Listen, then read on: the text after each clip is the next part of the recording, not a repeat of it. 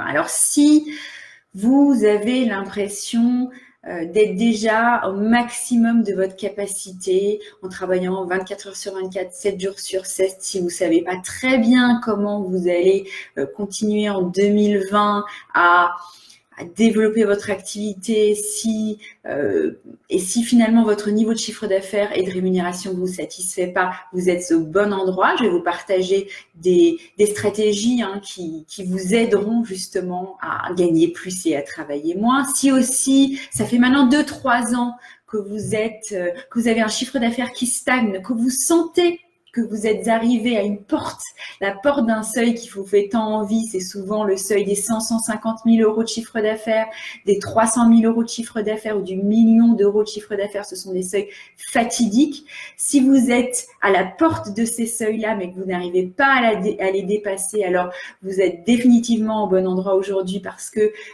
on va parler de ce cas de figure. On va discuter ensemble de finalement quels sont les ingrédients qui vous manquaient peut-être l'année dernière ou l'année d'avant pour arriver à dépasser ces fameux seuils. En ces débuts d'année, j'ai eu pas mal d'entrepreneurs qui sont venus me voir avec cette problématique-là, avec cette problématique de plafond de verre, en me disant j'ai vraiment l'impression de faire du surplace.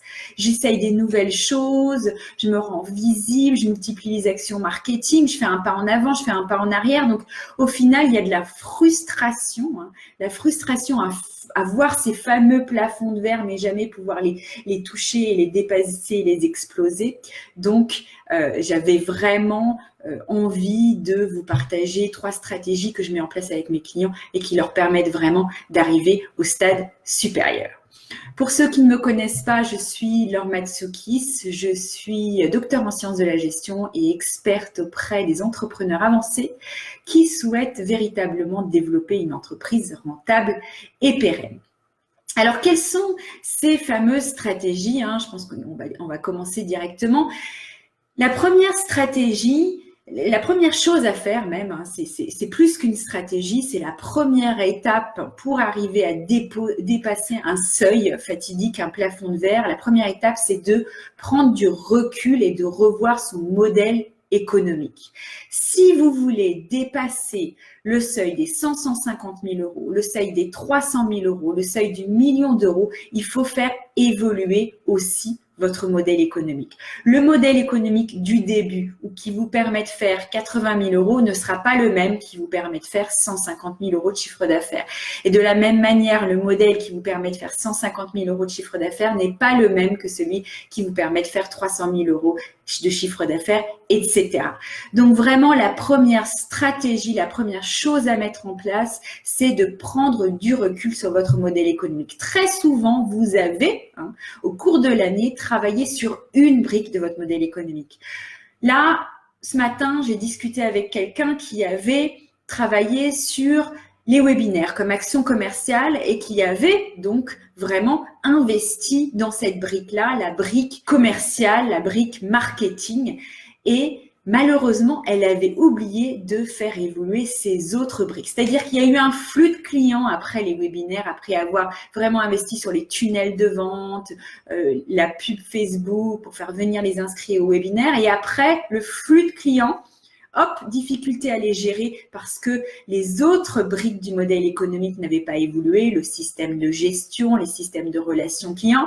Donc, il a fallu freiner la croissance, s'occuper des clients et on n'a pas pu continuer les actions commerciales. Donc, ça, c'est très important de se rendre compte que faire évoluer juste une brique de votre modèle économique, ça ne va pas suffire non plus pour dépasser le plafond de verre dans lequel vous êtes. Il faut faire évoluer toutes les briques de votre modèle économique.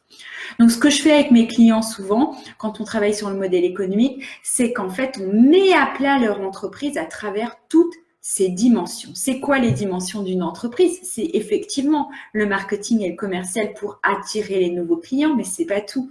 C'est la relation client, c'est la relation avec les partenaires, c'est l'équipe, la structure, c'est la gestion, c'est la posture de l'entrepreneur. C'est en faisant évoluer toutes les briques en même temps que vous arrivez à dépasser un plafond de verre financier.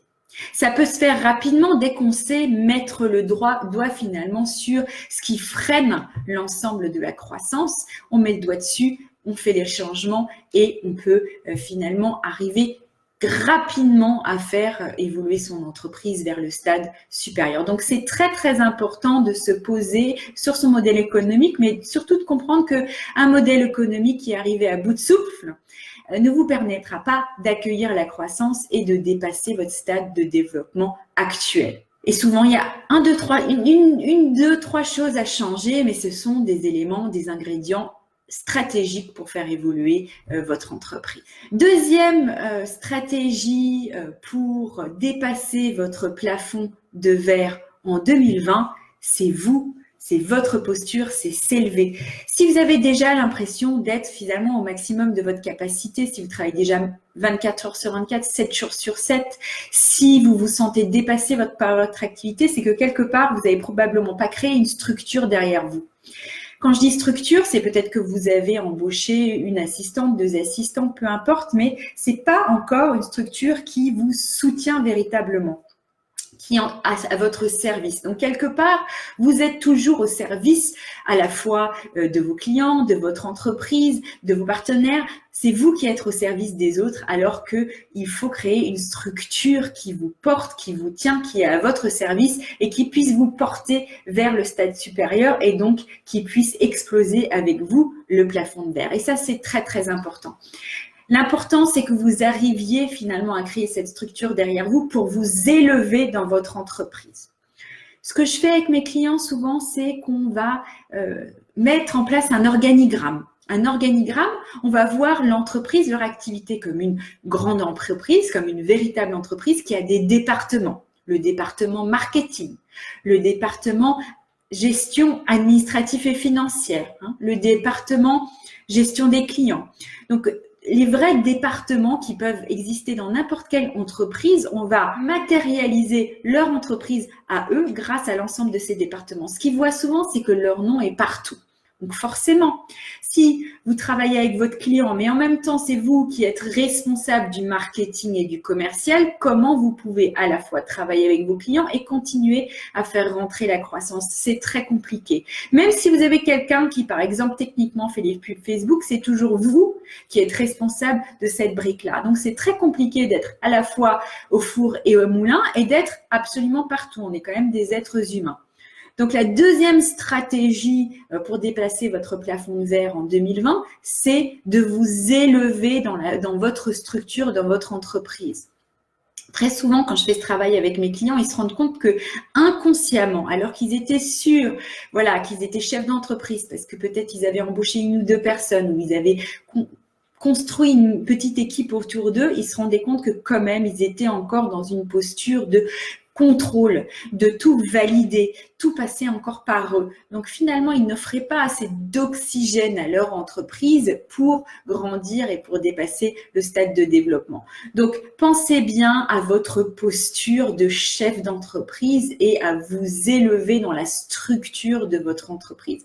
Ça, c'est vraiment quelque chose qui est difficile, le lâcher prise, le lâcher contrôle. Et il y a des outils qui peuvent vous aider à lâcher prise et à lâcher contrôle, des outils de suivi de vos indicateurs de performance pour toujours savoir si vos clients sont satisfaits, par exemple, parce que votre préoccupation principale, c'est d'avoir des clients satisfaits.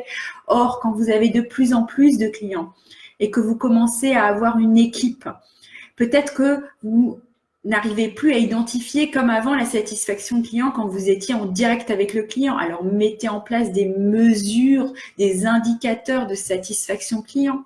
Pareil pour si vous avez l'impression d'avoir une équipe, ça commence à vous coûter trop cher, mettez en place des indicateurs de suivi de charges fixes. C'est important d'avoir des outils à sa disposition pour pouvoir s'élever correctement dans son entreprise et éviter que forcément, du coup, ça pète partout. C'est une image, mais l'important, c'est de comprendre que votre entreprise, pour grandir, elle a besoin de l'oxygène. Vous avez besoin d'avoir une structure pour vous aider, pour vous supporter également.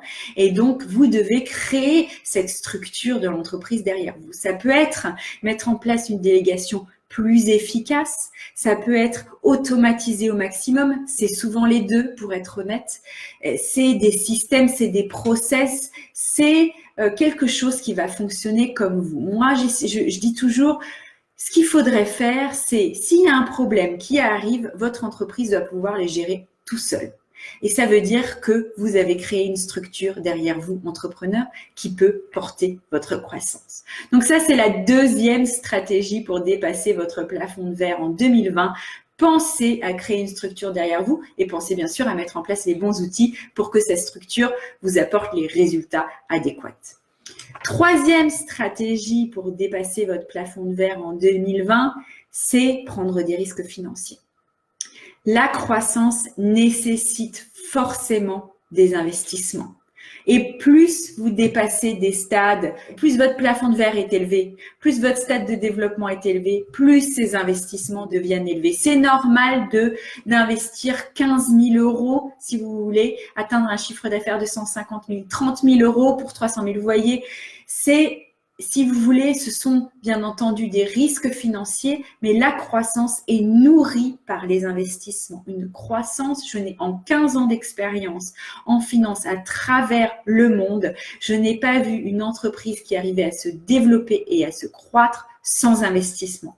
Bien entendu, il faut identifier les bons investissements et on identifie les bons investissements grâce à la stratégie dont je vous ai parlé tout à l'heure. La première stratégie pour dépasser votre plafond de verre, c'est mise à plat du modèle économique. Donc, on identifie les bons investissements, on suit les investissements, on anticipe les investissements et on y va. Il faut accepter de prendre des risques financiers. Alors, attention, je ne veux pas mettre votre entreprise en péril. Un risque financier, ça ne se prend pas au doigt mouillé, surtout à des niveaux 15, 30, 100 000 euros, 200 000 euros d'investissement. Ça s'anticipe, c'est-à-dire est-ce qu'on a la trésorerie nécessaire grâce à des outils d'anticipation?